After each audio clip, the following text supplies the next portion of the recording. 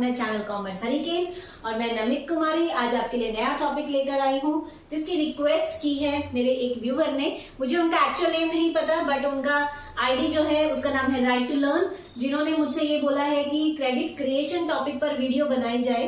तो आज हम वही टॉपिक डिस्कस करने वाले हैं। इसमें बहुत कुछ होगा, आपको इसके असम्पशंस बताई जाएंगी, एग्जाम्पल के साथ क्रेडिट क्रिएशन समझाया जाएगा और एक बहुत इंपॉर्टेंट क्वेश्चन भी डिस्कस करूंगी जो एग्जाम में पूछा जाता है। तो इसीलिए वीडियो को एंड तक जरूर देखिएगा। वीडियो पसंद आए तो दोस्तों के साथ शेयर कीजिएगा, लाइक कीजिएगा और प्लीज चैनल को सब्सक्राइब कर दीजिए और बेल आइकन दबा दीजिए ताकि वीडियो की नोटिफिकेशंस आपको मिलती रहे।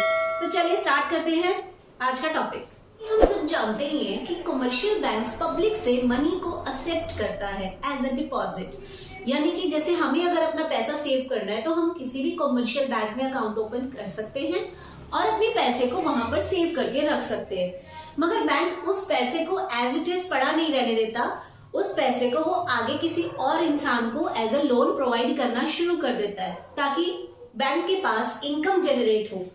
जैसे कि सपोज करते हैं बैंक के पास 20,000 किसी ने डिपॉजिट कर दिया, बैंक आगे उस पैसे में से किसी और पार्टी को यानी किसी और पर्सन को मनी एज अ लोन दे देगा। अब जिसको हमने एज ए लोन दिया है ऑब्वियसली वो हमें बदले में इंटरेस्ट देगा। तो गवर्नमेंट के पास इंटरेस्ट आया, गवर्नमेंट मतलब कमर्शियल बैंक के पास इंटरेस्ट आया। कमर्शियल बैंक के पास जो इंटरेस्ट आया आगे उसने उसी पैसे में से फिर किसी और को पैसा एज अ लोन दे दिया और बदले में फिर से इंटरेस्ट रिसीव करा। ये प्रोसेस लगातार चलता रहता है। इस तरीके से बैंक जो है एक आइडल पड़े मनी से इनकम जनरेट करता रहता है और यही प्रोसेस क्रेडिट क्रिएशन कहलाता है। तो पहले हम इसका एक डेफिनेशन देख लेते हैं। It is the process of money creation. Commercial banks are able to create credit, यानी ये एक ऐसा प्रोसेस है मनी को क्रिएट करने का जिसमें कमर्शियल बैंक्स क्या करते हैं, क्रेडिट देते हैं, क्रिएट करते हैं यानी उधार देते हैं किसी को, which is excess of initial या डिपॉजिट। इनिशियल डिपॉजिट से ज्यादा पैसा उनके पास होना स्टार्ट हो जाता है। अब ये इनिशियल डिपॉजिट क्या है?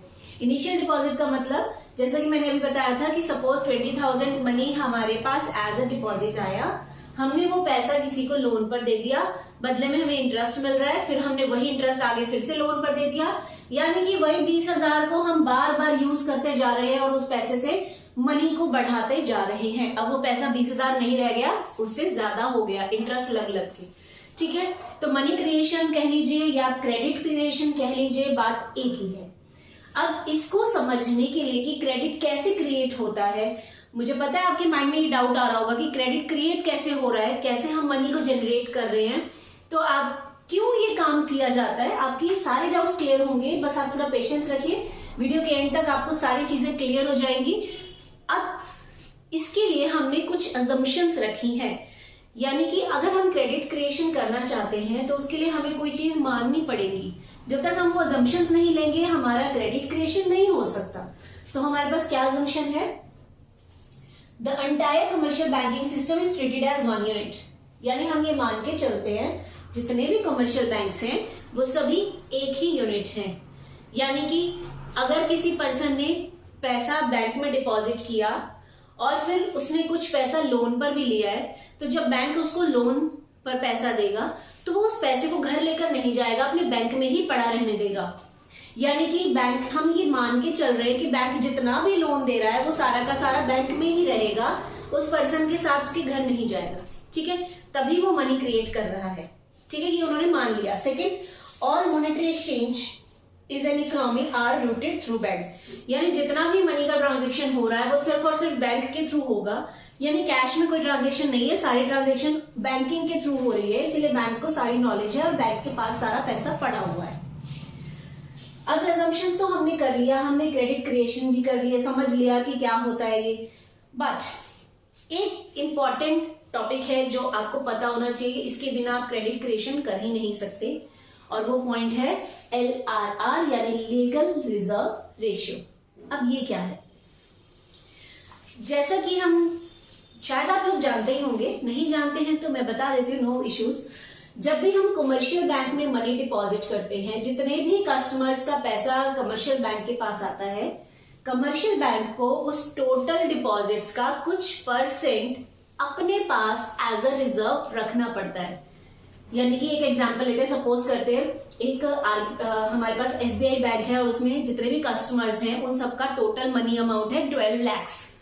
अब वो 12 लाख का 12 लाख हम एज अ लोन नहीं दे सकते, हमें क्या करना पड़ेगा, 12 लाख का कुछ परसेंट हमें अपने पास मतलब SBI को अपने पास एज अ रिजर्व रखना पड़ेगा, और जो बाकी पैसा बच जाएगा उसको वो एज अ लोन दे सकता है। यानी सपोज 12 लाख में से 1 लाख उसने एज अ रिजर्व रखा, तो बाकी के 11 लाख वो एज अ लोन दे सकता है, 11 lakhs। ठीक है, अब ये जो परसेंट है ना कि कितना परसेंट हमें अपने पास रिजर्व रखना है, उसी को हम LRR कहते हैं कि भैया इतना परसेंट अपने पास रिजर्व रख लो और बाकी को लोन के तौर पे दे दो। और लोन के तौर पे इस तरीके से दीजिए कि क्रेडिट क्रिएशन होता रहे, यानी इनिशियल मनी बढ़ती जाए बढ़ती ही जाए। ठीक है, डेफिनेशन आप देख सकते हैं, it is fixed by central bank, it is the minimum ratio of deposits legally required to kept as a cash by the banks.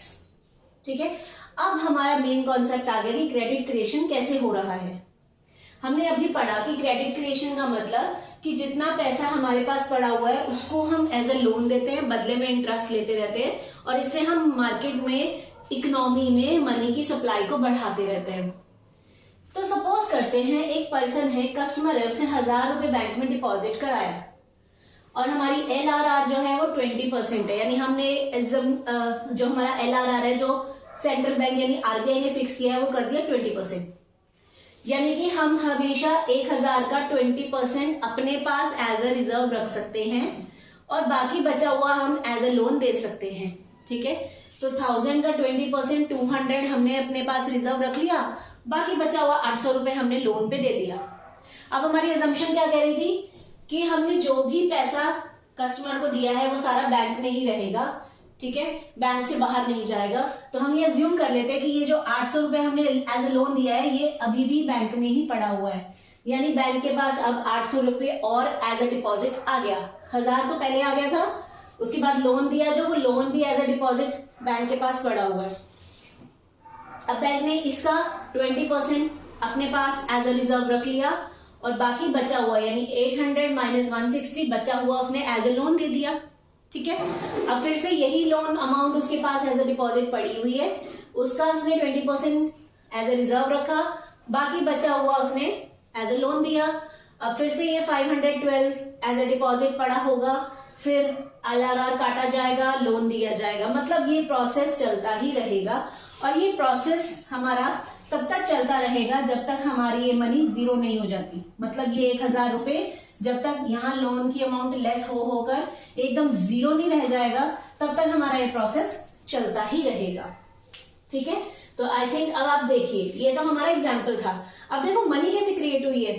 हमारे पास शुरू में सिर्फ 1000 रुपीज थे, लेकिन हमने उस 1000 में से बार बार लोन दे देकर अपनी मनी को कितना ज्यादा क्रिएट कर लिया, यानी कितना ज्यादा बढ़ा लिया है। पहले हमने 800 दिया, फिर 640 यानी कि 1440 हो गया। ठीक है, 14,040 रुपीज। उसके बाद जब आपने फिर से लोन दिया तो ये बन गया 1952। फिर से आपने और कुछ लोन दिया होगा वो ऐड हो जाएगा और अमाउंट ऐड हो जाएगी, यानी ये ऐड होता जाएगा। और अब आप देखिए कि ये जो रुपए 1000 थे अब वो कितने ज्यादा होते जा रहे हैं। अब 1952 तक तो हम पहुंच गए, और अमाउंट अगर हम लेंगे तो और ज्यादा ये बढ़ता जाएगा। ठीक है, तो 1000 रुपए से हमने कितना सारा पैसा बना लिया। So this is called money creation या क्रेडिट क्रिएशन। अब आपके माइंड में ये डाउट आ रहा होगा कि हम ये कब तक कर सकते हैं। मतलब कि 1000 रुपए जो डिपॉजिट कमर्शियल बैंक के पास पड़ा हुआ था, इसको वो मैक्सिमम कितनी अमाउंट तक लेकर जा सकता है, यानी मैक्सिमम कितना मनी वो एज अ लोन दे सकता है ना। हमने ये देख लिया कि यहाँ पर हम 1952 तक पहुंचे थे, बट मैक्सिमम ये कितना लोन दे सकता है, तो इसको निकालने का हमारे पास फॉर्मूला होता है। इसके लिए हम क्या करते हैं, मनी क्रिएशन फॉर्मूला बुक्स में भी दिया हुआ है, 1/LRR, ये इसका फॉर्मूला होता है। 1/LRR मतलब कि आप 1/ हमारी LRR कितनी थी 20%। ठीक है, परसेंट हमेशा 100 से डिनोट होता है, तो हम अगर परसेंट हटाएंगे तो मल्टीप्लाई बाय 100 बन जाएगा। आई थिंक ये सभी को पता है, बहुत इजी सी चीज है कि परसेंट हटाना हो तो मल्टीप्लाई 100 हो जाता है। अब हम इसको कैंसिल आउट कर सकते हैं और ये हो गया 2 5 10, यानी कि हम 5 टाइम्स तक मनी एज अ लोन दे सकते हैं। तो अगर हम 1000 रुपए एज अ लोन दे रहे थे तो इसका 5 टाइम्स यानी 5 गुणा कितना हो जाएगा 5000, यानी कि हम मैक्सिमम लोन 5000 तक दे सकते हैं। यानी जो हमारा इनिशियल डिपॉजिट 1000 का था, अब हम उसी पैसे से 5000 तक का लोन दे सकते हैं। तो देखा आपने कि किस तरीके से मनी का क्रिएशन हुआ। अब ये तो हमारा मनी क्रिएशन था, हमने एजम्पशंस किया, हमने एग्जाम्पल से इसको समझ भी लिया। कई बार एग्जाम में ये क्वेश्चन भी आता है कि LRR जो है वो क्रेडिट क्रिएशन को कंट्रोल कैसे करता है, ये भी समझना आपके लिए बहुत जरूरी है। तो अब हम उसको देख लेते हैं। हम सेम ही एग्जाम्पल को लेकर कंटिन्यू करते हैं। देखिए हमारे इस एग्जाम्पल में हमने LRR 20% रखा था। अगर मैं LRR को इंक्रीज कर देती हूं तो क्या इफेक्ट पड़ेगा, हम वो देखते हैं। जैसे कि हमारे पास 1000 रुपीज थे, अगर ये बढ़कर 25% कर दिया जाए तो LRR 25% करने से हम 250 रुपीज अपने पास एज अ रिजर्व रख सकते हैं। ठीक है ना, 1000 का 25% 250 एज अ रिजर्व रखा, और लोन में हम कितना दे सकते हैं, 1000 में से 250 गए तो हम 750 रुपीज एज अ लोन दे सकते हैं।